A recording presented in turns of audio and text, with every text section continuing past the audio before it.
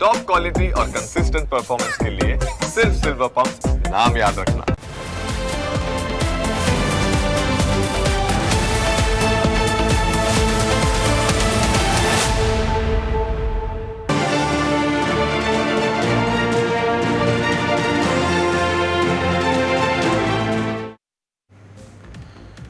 એકસો બાર તમારી સેવા માટે છે, મજા લેવા માટે નથી. આવું એટલા માટે કહેવું પડે છે કારણ કે આજકાલ લોકો તેનો ઉપયોગ પોતાના મનોરંજન માટે કરતા હોય છે તેવી હકીકત સામે આવી છે. 112 સેવાના પ્રથમ 100 દિવસના કેટલાક આંકડા સામે આવ્યા છે. આ આંકડા 1 સપ્ટેમ્બર 2025થી 9 ડિસેમ્બર સુધીના છે, જેમાં 112ના દુરુપયોગના કેવા કોલ આવે તેની હકીકત દર્શાવવામાં આવી છે. તમને લાગતું હશે કે કામ હોય તો જ કોઈ ઇમરજન્સીમાં કોલ કરતું હશે, પણ વાસ્તવિકતા એવી નથી. લોકો નાની વાતોમાં 112ને કોલ કરીને સેવાકીય પ્રવૃત્તિમાં ખલેલ પહોંચાડે છે અને 112ના કર્મચારીઓનો સમય બગાડે છે, તેમને પરેશાન કરે છે. 100 દિવસમાં 112ને રાજ્યમાંથી કુલ 13,37,677 કોલ મળ્યા, જેમાં 4,32,871 કોલ જ અસરકારક હતા. એટલે કે આ સિવાયના કોલમાં કોઈ કામગીરી કરવા જેવી હતી જ નહીં. 100 દિવસમાં જેટલા કોલ અગત્યના નહોતા આવ્યા તેનાથી 3 ગણા વધુ કોલ બિનજરૂરી હતા. આવા કુલ 9,04,806 કોલ આવ્યા હતા. 112 સર્વિસને અમદાવાદ શહેરમાંથી 100 દિવસમાં 57,834 કોલ મળ્યા, જ્યારે રાજકોટ શહેરમાંથી 100 દિવસમાં 12,541 કોલ મળ્યા હતા. સુરતની વાત કરીએ, સુરતમાં 100 દિવસમાં 36,707 કોલ મળ્યા હતા, જ્યારે વડોદરા શહેરમાં 100 દિવસમાં 17,394 કોલ મળ્યા હતા. મહેસાણામાં 100 દિવસમાં 5,212 કોલ પ્રાપ્ત થયા, જેમાંથી અડધાથી પણ વધારે બિનજરૂરી કોલ હતા. એટલે તમે સમજો કે કોલ પાછળ 1 મિનિટ ગણીએ તો પણ જેટલા કોલ એટલી મિનિટ થઈ જાય, એટલે તમે વિચારો કે બિનજરૂરી કોલ ઉપાડવાની લઈને લોકો સુધી પહોંચાડવામાં કેટલો બધો સમય બગડે, કેટલો બિનજરૂરી ખર્ચ થાય અને છેલ્લે તેમાંથી કશું જ ઉપજતું નથી. 112ની સેવા ઇમરજન્સી માટે છે, તેમાં કયા પ્રકારના કોલ કરવા અને કયા કોલ ન કરવા તેની પણ લોકોને સમજ નથી, અને તેના કારણે લોકો 112 ઇમરજન્સી સેવાને બિનજરૂરી કોલ કરીને પરેશાન કરે છે. આખરે લોકો કેવા સંજોગોમાં આવા બિનજરૂરી કોલ કરે છે તેની હકીકત સાંભળશો તો તમને પણ આવા લોકો ઉપર ગુસ્સો આવશે.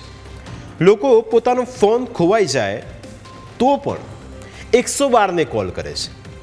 ફિલ્મ જોતી વખતે પતિ અને પત્ની વચ્ચે ઝઘડો થાય તો પણ 112ને કોલ કરવામાં આવે છે. આવા કેસમાં 112ની સેવા લોકો સુધી પહોંચે તે પહેલાં જ સમાધાન પણ થઈ ચૂક્યું હોય છે. ઘણા લોકો શંકાસ્પદ માણસ દેખાયો હોવાની જાણ કરે છે, પણ જ્યારે 112 સ્થળ પર પહોંચે ત્યારે કોઈ કોલ કરનાર ત્યાં હાજર નથી હોતો. ક્રિકેટ રમવા જેવી સામાન્ય બાબતમાં પણ લોકો 112ને કોલ કરે છે. સાયબર ક્રાઇમ અથવા બીજા ગુનામાં પણ લોકો 112ને કોલ કરે છે. હકીકતમાં આવી બધી બાબતોમાં પોલીસ અથવા તેના સંબંધિત વિભાગોને કોલ કરવાનો હોય છે, પરંતુ લોકો દરેક પરિસ્થિતિમાં 112ને કોલ કરે છે અને તેના કારણે ખરેખર જેને સેવાની જરૂર છે તેને જલ્દી સેવા મળતી નથી. સામાન્ય વસ્તુ જ બોલાચાલી થઈ હશે તો એમાં 112ને તમે ફોન ના કરો. તમે એવું હોય તો સ્થાનિક પોલીસના 100 નંબરમાં બી તમે ડાયલ કરી શકો છો. પણ જે મોબાઈલ ગુમ થયા અને ખાલી સામાન્ય અડી ગયું હશે, મારા આમ થયું છે બોલાચાલી, તો તમે એના માટે તમે 112ને ના કોલ કરો. પણ આવે છે પતિ પિક્ચર જોવા ગયા હોય અને કંઈક બોલાચાલી એને થઈ હોય તો 112ને ફોન કરી જાય. ત્યાં 112 જે પહોંચે છે તો એવું કહે છે કે ભાઈ તમે સાહેબ આયા છો, મારો પતિ મને આવું કહે છે. તો હવે એ વસ્તુ એનો તો ઇન્ટરનલ પ્રશ્ન છે, તો એને પોલીસ સ્ટેશન જઈને ફોન અરજી કે છે ફરિયાદ કરી શકે છે. લોકો બિનજરૂરી કોલ કરતા હોવાના કારણે 112ના કર્મચારીનો સમય ખોટી રીતે વેડફાય છે અને જેને ખરેખર મદદની જરૂર છે તે આ સેવાથી વંચિત રહી જાય છે. આવું ન બને તે માટે એક જાગૃત નાગરિકને એ વાતનો ખ્યાલ હોવો જોઈએ કે કયા સંજોગોમાં કયા નંબર ઉપર કોલ કરો. 112ના જનરક્ષક પાસેથી જ સાંભળીએ કે તમારે કયા સંજોગોમાં 112ને કોલ કરવાનો રહેશે. પબ્લિક નાની મોટી દરેક બાબતમાં નંબર ડાયલ કરી દે છે કે જેના કારણે ગાડી ઘટનાસ્થળ પર પહોંચી જાય છે અને પછી ઘટનાસ્થળ પર ઘણીવાર બે પક્ષ હોય તો એમની વચ્ચે સમાધાન થઈ જતું હોય. કોઈ વાર એવું પણ બને કે કોઈએ એમને એમ પણ ડાયલ કરી દે કોઈને ધમકી આપવા માટે કે હું પોલીસ બોલાવી લઉં છું. આ છે પણ કેવું છે કે ધીરે ધીરે હવે પબ્લિકમાં અવેરનેસ આવી રહી છે, પબ્લિકમાં જાગૃતિ આવી રહી છે, પબ્લિક સમજી રહી છે કે પ્રોજેક્ટ શું છે. લોકોને જો જનતાને આપણે અપીલ કરીએ તો તમને લગતી ઇમરજન્સી કે જેમાં તમારે તાત્કાલિક પોલીસની જરૂર હોય તો તમે 112 ડાયલ કરી શકો છો. મેડિકલની જરૂર હોય, ફાયર બ્રિગેડની જરૂર હોય, ડિઝાસ્ટર હેલ્પલાઇન, ચાઇલ્ડ હેલ્પલાઇન, મહિલા હેલ્પલાઇન, આ બધી જે ઇમરજન્સી સર્વિસને આપણે એક નંબર હેઠળ કન્વર્ટ કરી દીધી છે. એટલે કે તમે 112 ડાયલ કરશો તો તમને આ તમામ સર્વિસ એક જ નંબર પર મળી જશે.